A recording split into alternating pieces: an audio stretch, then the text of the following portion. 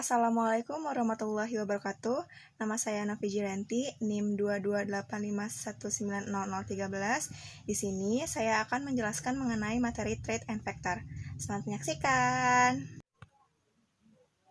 Pengertian konseling Trade and Factor.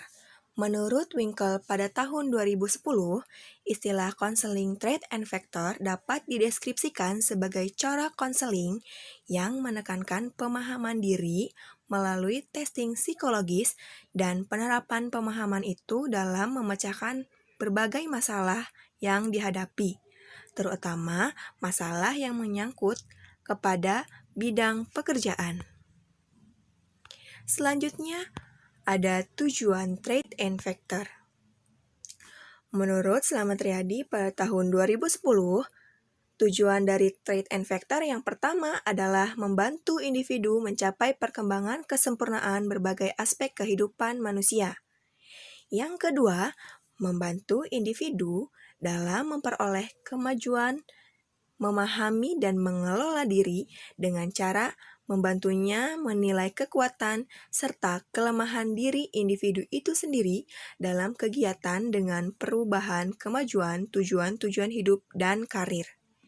Yang ketiga yaitu membantu individu untuk memperbaiki kekurangan, ketidakmampuan, keterbatasan diri, serta membantu pertumbuhan dan integrasi kepribadian. Yang keempat yaitu mengubah sifat subjektif dan kesalahan dalam menilai diri dengan menggunakan metode ilmiah.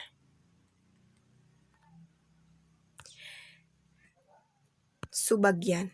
Yang pertama ada analisis. Analisis merupakan langkah pengumpulan informasi yang diperoleh tentang diri klien beserta latar belakangnya, sintesis. Sintesis adalah usaha merangkum atau menggolongkan dan menghubungkan data-data yang telah terkumpul pada tahap analisis. Tahap yang ketiga yaitu tahap diagnosis. Tahap diagnosis merupakan tahap yang menginterpretasikan data dalam bentuk problema yang ditunjukkan. Yang keempat adalah prognosis. Menurut Winkle pada tahun 2010, prognosis atau perkiraan tentang perkembangan klien serta berbagai implikasi dari hasil diagnosis. Tahap konseling atau tahap treatment. Dalam konseling, konselor membantu klien untuk menemukan sumber-sumber pada dirinya sendiri. Selanjutnya ada studi kasus. Di sini saya mengangkat kasus mengenai seorang siswa yang bernama Dini. Dia adalah salah satu siswa di sekolah negeri yang lumayan terkenal. Dini merupakan siswa kelas 12 yang sedang mengalami kebingungan mengenai masa depannya. Di sini, Dini merasa ingin melanjutkan karirnya ke dunia pendidikan atau melanjutkan ke dunia perkuliahan. Selain itu, Dini juga bimbang karena keluarganya tidak mengizinkan Dini untuk kuliah karena alasan ekonomi. Hal itu yang membuat Dini semakin bimbang untuk mengambil apa langkah yang akan ia ambil ke depannya.